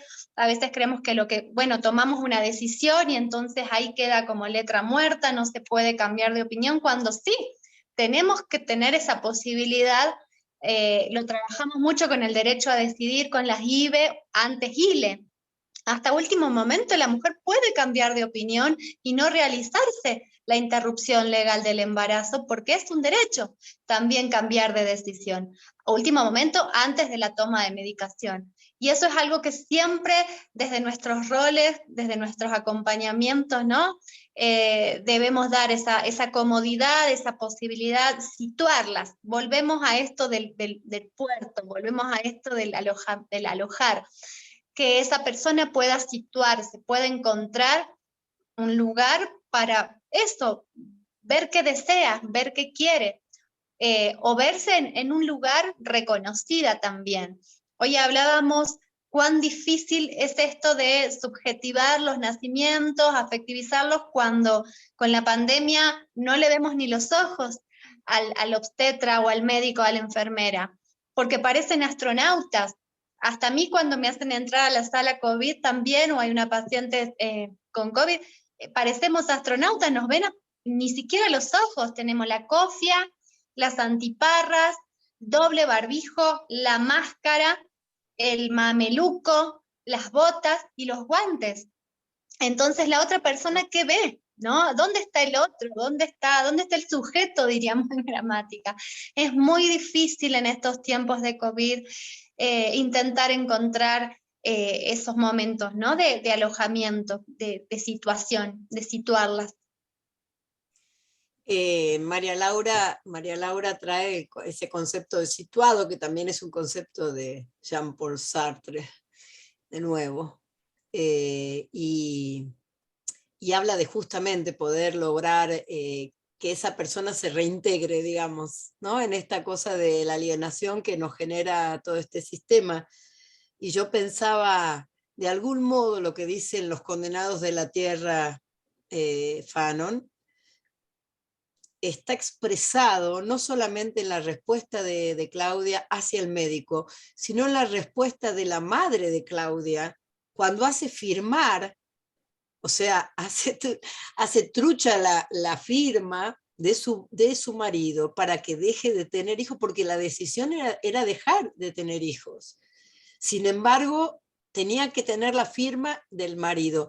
Y no se queda, no acepta pasivamente tampoco su madre, y le hace que firme otro, o sea que de algún modo transgrede. Y pensaba también que para que esto pase, es fundamental lograr esta autoría de la palabra, aunque es un concepto que no sé si la conocen porque es tucumana, quizás, perdón lo que acabo de decir, pero bueno, pienso, y retomando algunas ideas de Mirta, de que algunos autores que si no son de Buenos Aires no se leen, porque esto se reproduce, ¿no? De algún modo, el europeo. Por suerte yo soy sanjuanina, jachallera, y soy conocida, ¿no? Bueno, pero por eso mismo, vos hablás de esto de que a veces no te incorporan en la bibliografía de las universidades, y yo pienso quizá a Isabel Requejo, que es tucumana. ¿Perdón? Ahí no escuché. A veces siempre no me colocan en la bibliografía de las universidades. Nosotros en la Universidad de Jujuy te ponemos, Mirta, mucho. Bueno, ella habla de la autoría de la palabra, justamente también muy vinculado este concepto al concepto de descolonizar, ¿no? De dejar de hablar por otros, de interpretar, de esta interpretación de la palabra del otro, de qué dijo. Entonces, como yo soy intelectual, voy a saber explicar mejor lo que quiso decir sin escuchar lo que quiere decir, ¿no? Que son estas palabras importantes, y darle lugar. De verdad que esta posibilidad de generar espacios donde puedan hablar todos y todas, yo creo que van produciendo algunos cambios que necesitamos. Esto que vos decís, que tiene que ver la ILE y tiene que ver con los movimientos. Hoy, saben, les voy a contar una infidencia. Hoy mi hija, que vive con su hijo, me voy a emocionar, no, mejor no. Me estoy pareciendo, Mirta, te estoy copiando. Le dieron a mi hija, le dieron un papel que dice que nuestro nieto lleva el apellido Santillán y que puede elegir el apellido Santillán y no el apellido de su padre, que no está presente y que ha sido terrible en su paternidad y en su... O sea, totalmente, y gracias. La verdad que yo le agradezco al movimiento de mujeres porque esto no hubiera sido posible sin este movimiento de mujeres que decidieron dejar de ser sometidas, empezaron, bueno, desde hace muchos, pero muchos años, pero en este proceso que de algún modo marcaron que esa identidad, esa mujer tiene derecho a que su hijo lleve su apellido. Así que bueno, es un día muy especial para mí en ese sentido también, y tiene que ver con esto, con esas mujeres que se rebelan.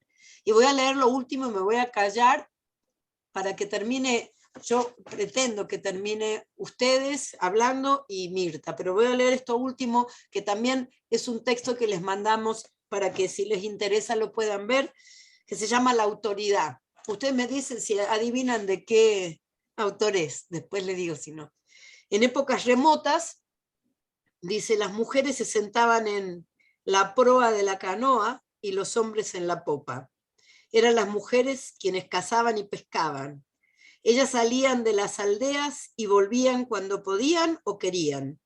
Los hombres montaban las chozas, preparaban la comida, mantenían encendidas las fogatas contra el frío, cuidaban a los hijos y curtían las pieles de abrigo. Así era la vida entre los indios onas y los yaganes, en la tierra del fuego, hasta que un día los hombres mataron a todas las mujeres y se pusieron las máscaras que las mujeres habían inventado para darles terror.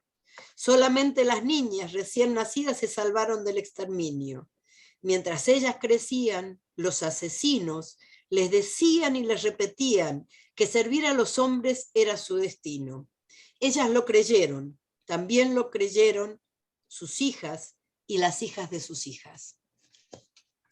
¿Saben de quién es o no? No, de Eduardo Galeano.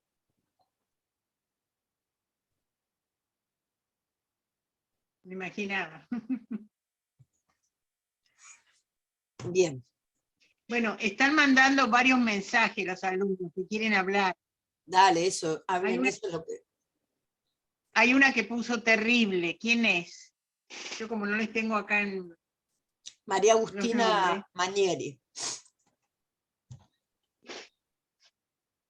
No, solo puse terrible para continuar la conversación de Laura, creo que escribió arriba, en esto de que un hombre decide sobre el cuerpo de la mujer en la concepción, eso, solo eso.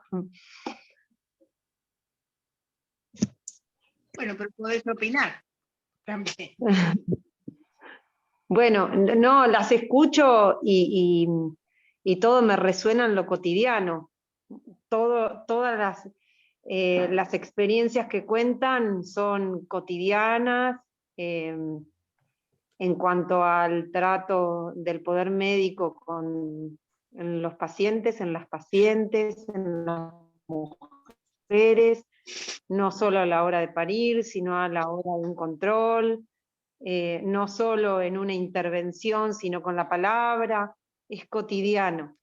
Y pensaba en esto de cómo se complejiza una situación, en esto de la imposibilidad de decidir, por ejemplo, ella que cambie el cambio de opinión, de su derecho a cambiar de opinión, pero cómo empieza complicada la situación desde el momento en que en un embarazo supuestamente sin patología, directamente le dice, vos tenés que parir tal día, y ese cuerpo no estaba preparado para parir, y ese niño no estaba preparado para nacer, y era el tiempo que marcaba solo el médico ahí, y cómo esa situación termina desencadenando multiplicidad de situaciones que se podrían haber evitado, simplemente con escuchar a esa mujer que no era el tiempo para parir aún. Pero bueno, todos estos ejemplos que hemos ido escuchando se escuchan lamentablemente.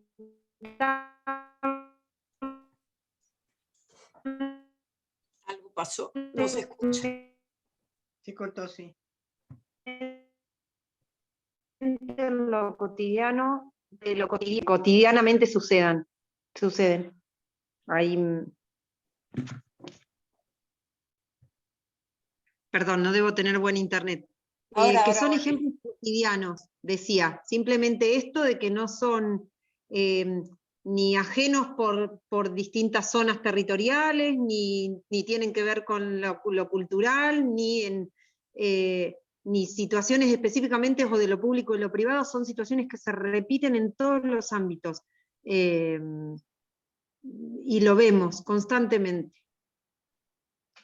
Una de las características que yo quería remarcar y que mencionó recién Fernanda, es que una de las peculiaridades de la cultura andina es el silencio.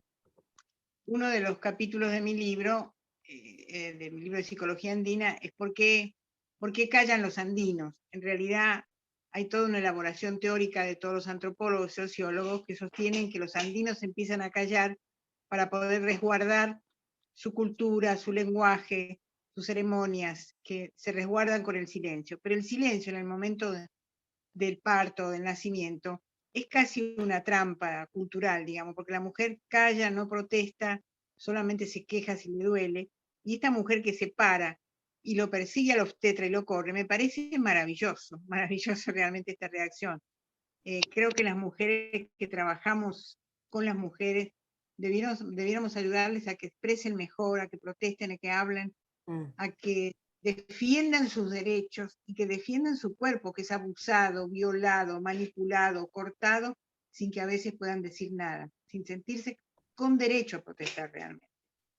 Piensen que los derechos del hospital público fueron aprobados por la OMS en los años, creo que en los 50, y fueron aplicados en los primeros años. Después eso fue dejado de lado. Están escritos, están en la Constitución y sin embargo no se respetan. Uno de los derechos es que la mujer tiene que explicarle absolutamente todo lo que se va a hacer, pedirle permiso sobre todo lo que se manipula sobre su cuerpo, y esto no se hace en ningún lugar realmente. Estamos viendo. Por más piripipí que sean algunos cursos privadas, tampoco se hace realmente, lamentablemente. Bueno, ya hablé mucho, chicas, ¿eh? Yo más, así que María Laura cierra. Si no quieren hablar, no sé, si quieren... Yo puedo agregar a una reflexión. Digo, pensaba en esto y me había quedado con el relato, creo que es de María, que cuenta que hacen los tactos, que entran, no dice como un mecánico, ubica, ¿no? Como, ¿viste? Como más objeto, ¿viste? Imposible, es como usa una metáfora. Una máquina, claro.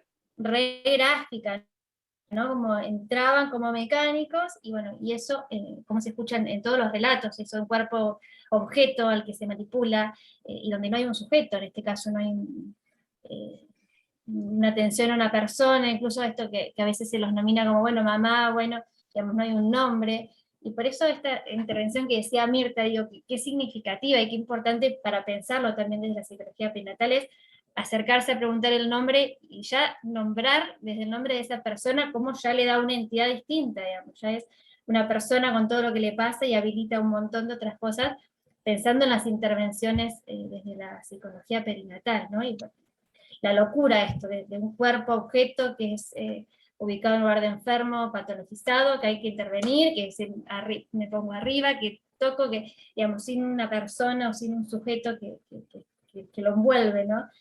Digo, pensaba eso, esa locura, digo, esta como intervención es nombrar por el nombre de la persona, consultar, y ya ellos es un montón, ¿no? Entonces, digo, como reflexiona todo lo que va por ahí surgiendo. Sí, y todo lo que queda por hacer en el campo cotidiano, porque como decía recién la compañera, esto excede lo territorial, pasa en todos los lugares que las mujeres son sometidas, y esto del patriarcado hasta la médula que escribía recién Ayelen, creo, ¿no? Yo todavía sigo recibiendo 2021 interconsultas, pedidos de el ginecólogo, porque una mujer sin nulípara, como le llama el sistema, ¿no? Nulípara, pide la ligadura, entonces me pide un informe psicológico para admitir esa práctica, cuando la ley de ligaduras de trompa de salud sexual y reproductiva dice que no es requisito para nada no haber tenido hijos, para poder acceder a la ligadura tubaria, ¿no? Y mucho menos un informe psicológico, porque ahí estamos patologizando el abordaje. Entonces, queda muchísimo para seguir abordando, no solamente en temas de acompañamientos, de parto, de puerperio, sino en materia, ¿no?, de métodos anticonceptivos también. Que la mujer pueda elegir el método sin ser juzgada, sin ser patologizada, que pueda elegirlo y sin la autorización, ¿no?, de la madre o del marido, ¿no? Porque esto todavía lo vemos y se ve.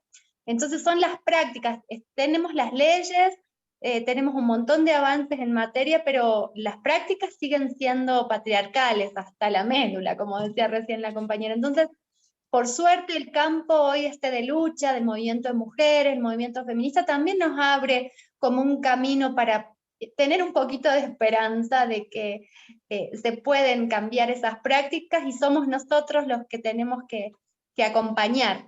No hay que hacer la gran cosa, es acompañar, es preguntar el nombre, y es escuchar también.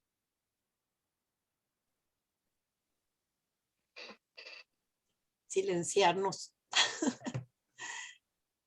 Hola, ¿cómo están? Bueno, Fernanda y Laura, gracias. Yo tengo un pedacito de mi corazón allá en Jujuy, porque tengo una colega amiga que trabaja en el Hospital Soria, así que todo esto que fueron comentando, lo he escuchado un montón cuando ella me cuenta todo lo que sucede, y bueno, las interconsultas, como dice Laura, que le van llegando, y el trabajo.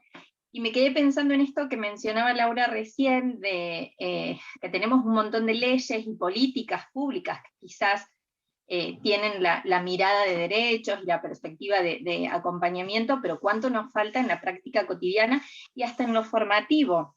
Yo me formé en la Universidad Nacional de Córdoba, y en algunas materias hemos tenido algunos textos de Mirta Videla, y eso es también lo que me llevó a elegir este camino desde hace algún tiempo.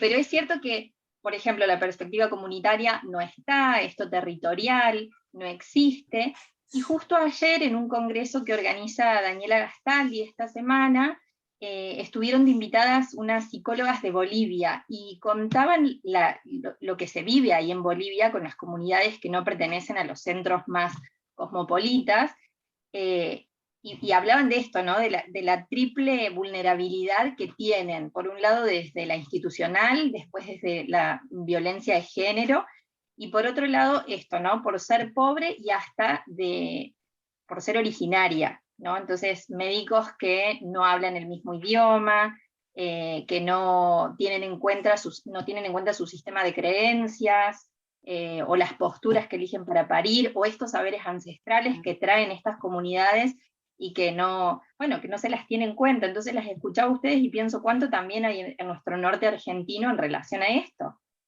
Yo soy de Córdoba, vivo en Villa Carlos Paz, pero quizás a mí me toca de cerca en ciudades, en localidades de Tras la Sierra, en donde esto por ahí se puede ver, pero creo que es como decían, nos toca a todas las mujeres que atravesamos la maternidad. Así que les agradezco todo lo que han compartido. Gracias. Gracias a vos, Estela. ¿Podés contar la experiencia de la estatua? Esto del epistemicidio corporal. Sí, en varios relatos que no están, lamentablemente, aparece el tema de que han tenido en su casa, o su madre, o diferentes miembros de la familia en otros tiempos, o en el campo. Hay una de las compañeras que se llama Nelly, que lo pueden escuchar, que es de Cangrejillos, que es una zona que está cerca de La Quiaca, de la Puna, y entonces, bueno, cuenta que tiene sus hijos, que le hacen la manteada, que tiene sus hijos en la casa, que los tiene en forma como lo tenían antes, y qué sé yo, ¿no? Y entonces yo pensaba... No, Fernanda, las alumnas no saben que es la manteada.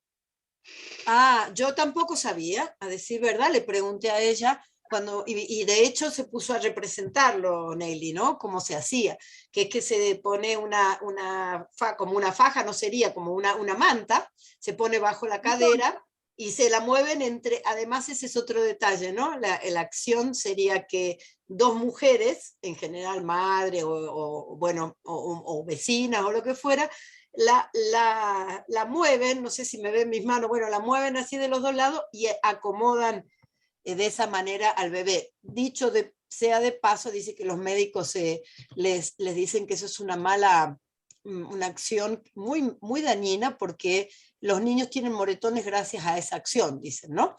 Y entonces María Laura lo que quiere que les cuente es que cuando terminamos de hacer el taller, yo les digo, bueno, ahora hagan una estatua, con la técnica que deben conocer de la estatua, que es representar en forma fija, digamos, sin movimiento. ¿Cómo les gustaría que sea, o sea, si tuvieran que tener otro hijo, ¿cómo les gustaría que fuera ese parto? Bueno, unas hacen una cosa así donde se unen con una cosa medio como el amor, un grupo, y el otro grupo pone a una mujer arriba de la mesa, acompañada por dos mujeres al lado que les agarran las manos. Entonces yo le digo, pero ¿cómo? ¿Cómo que eso? Y están contando todas las cosas. ¿Y cómo la tendrías vos? Me dice, porque nos conocemos con la mayoría bastante. Y entonces me hacen poner, tengo una foto inclusive, le digo como si fueras a hacer la caca, así, como es lo natural, porque tenemos una fuerza que empuja hacia abajo, y bueno, así. Y entonces yo le digo a María Laura, fíjate cómo estamos tan nuestra mente colonizada. No es solo que cuando tienen la oportunidad de elegir, vuelven a reproducir el posicionamiento horizontal que tanto cuestionaron durante todo ese encuentro, ¿no?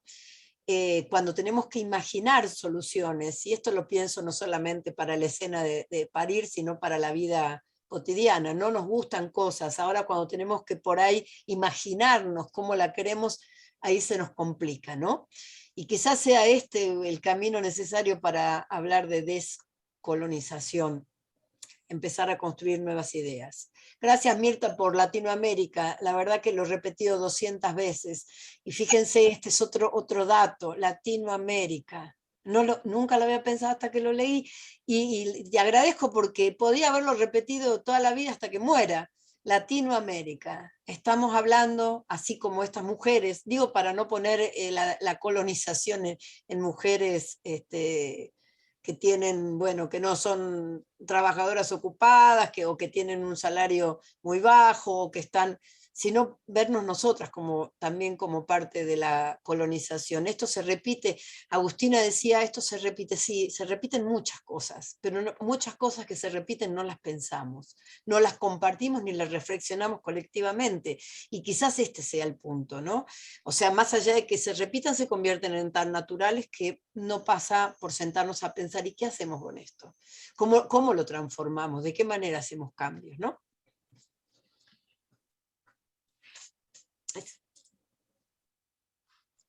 Yo, hablando de la violencia, quería agregar algo de otro sector. Yo hace poco tiempo que dejé de trabajar en un equipo privado en la ciudad de Buenos Aires. Y una de las razones por las que dejé de trabajar, porque me harté de la explotación de las mujeres de alto nivel social que se asisten en los prepagos más caros de la ciudad de Buenos Aires, que pagan la cuota del prepago, pero que su médico obstetra les dice que para garantizar la presencia en el momento del parto tienen que pagar una cuota extra, y que además, como el equipo de salud, el equipo que conforman, está mal pagado diferencialmente, agregan otra cuota además de la que pagan. Entonces terminan pagando por un parto privado cuando en realidad están asociadas a un prepago. Mis discusiones con los médicos por esta explotación y este mercantilismo de la maternidad terminó con mi última experiencia de trabajo privado. No sé si se escuchó. ¿Sí? Ah, ok. Perfecto. Y esto pasa cotidianamente en la ciudad de Buenos Aires, en todos los prepagos. Uno paga 14.000 al prepago, le tiene que pagar 6.000 más al médico y 5.000 para el equipo y otro porcentaje para la partera. Y así se maneja. Y entonces el nacimiento diferenciado es algo que es también un hecho de violencia. Cómo nacen las que tienen y a pesar de que tienen las explotan, y cómo nacen las que no tienen y se tienen que aguantar cualquier cosa en las situaciones que ustedes están describiendo. y entonces el sacrosanto hecho de la maternidad y la paternidad pasa a ser un negocio o un espacio de maltrato. Y esto hay que seguirlo denunciando. Llevo 60 años gritando esto y voy a seguir hasta el último momento de mi vida diciéndolo. Métele, Mirta. Que la psicología social se haya desarrollado como se ha desarrollado, me encanta, es maravilloso. Y esto de que me dicen que soy pionera es uno de los galardones que tengo, que me cuelgo con mucho orgullo realmente. Contarles un poquito que muchas mujeres, yo también, nos hacemos mantear, nos hicimos mantear, pero lo sabemos guardar, y este es el silencio como resistencia que venimos a poner como contradiscurso a lo silenciado. No lo contamos. Yo tampoco me animé a contarlo porque sabía que iba a ser desaprobada, y es también una estrategia nuestra, ¿no? Es algo mío, es algo que es mi decisión. La manteada se está perdiendo también porque no cualquiera puede hacer una manteada, es un saber que se va heredando de familia en familia, es un saber como muy ancestral. Generalmente hay un varón también que mantea, porque de los dos lados hay que tener mucha fuerza. A mí me mantearon con una lona de carpa y un poncho, o sea, es como mucha fuerza, y eso que yo soy pequeñita, el que no me conoce, yo soy muy chiquita, muy flaquita, muy honesta, pero es impresionante cómo ellos saben lo que hacen y uno confía. Pero no lo contamos, no lo decimos a nuestros médicos obstetras, porque también es una cuestión nuestra de resistencia también cultural para que no se deje de hacer. Y está buenísimo que no se lo cuenten, porque es una manera de cuidarlo también, porque esta gente les pueden hacer una denuncia, les pueden hacer una multa por práctica ilegal de la medicina. Entonces es manera de cuidar a nuestros curanderos también, y contarles que gracias a la manteada tuve un parto normal por vía vaginal, porque mi bebé estaba todo cruzado, ya estábamos en el 8º mes, ¿no? Ya me estaban programando la cesárea, y bueno, me animé, fue mi segundo embarazo. Me fui a una señora en el campo que se llama Hornadita, que es un pueblo que queda a 20 kilómetros de Humahuaca, que es curandera también, y es impresionante cómo yo sentía que iba bajando la cabecita y cómo se ubicó. Así que, bueno, contarles que es algo que todavía persiste, y está bueno cuidarlo también, ¿no? Como saber a quién recomendarle, a alguien de confianza, porque estas personas pueden ser denunciadas, y lo hacen con mucho amor. Ellos te dicen a voluntad. ¿Cuánto le debo? A voluntad, lo que usted pueda. Qué lindo. Acá dicen, sería otra práctica considerada herejía, dice Gisela, para el sistema seguro. médico hegemónico. Seguro. Así es. Bueno, no sé. Mirta. ¿Puedo decir algo? Elsa Mamani, querida. Qué bueno escucharlo y traerlo de la manteada, porque a mí me recuerda toda mi historia de las abuelas. Yo soy nieta e hija de bolivianos, pero era algo muy natural la manteada, muy natural. O sea, la que estaba embarazada sabía que iba a ser manteada y que se iba a ubicar al bebé, que era como toda una ceremonia también, mi amor, que daba importancia a ese acto, ¿no? O sea, no es solamente la ubicación del bebé, ¿no? Digo, una tradición muy, muy, muy fuerte y muy arraigada, y que yo la tenía como olvidada, pero ahora que las escucho, me acuerdo de mi abuela y cómo vivían en el campo, y era una ceremonia, era una ceremonia. Gracias. Sí, una despedida de la panza, ¿no? También como acaban de escribir. Sí. Bueno, qué lindo, qué lindo. Gracias, Mirta. Gracias a las compañeras por permitirnos estar presentes en su formación, que realmente es una formación hermosa lo que están haciendo, lo que hacen en su práctica. Yo no las conozco, pero de verdad, a mí por lo menos, le contaba a María Laura que cuando llegué a Jujuy, una de mis fantasías era trabajar esto, en preparto y demás, y que no tuve como encontrar una compañía, que me hiciera la pata de seguir con eso, y entonces me dediqué a otra cosa, pero es como, bueno, reencontrarme también, ahora que Elsa trae su reencontrarse con un deseo que no fue, que fue frustrado, pero que por ahí este ratito me permite a mí, no desde lo específico, pues soy profesora, porque tengo otra práctica, pero bueno, pero conectarme con algo que me parece muy hermoso, muy, muy hermoso. Así que muchas gracias de mi parte, para mí. No contabas con mi astucia que te iba a meter en este tema.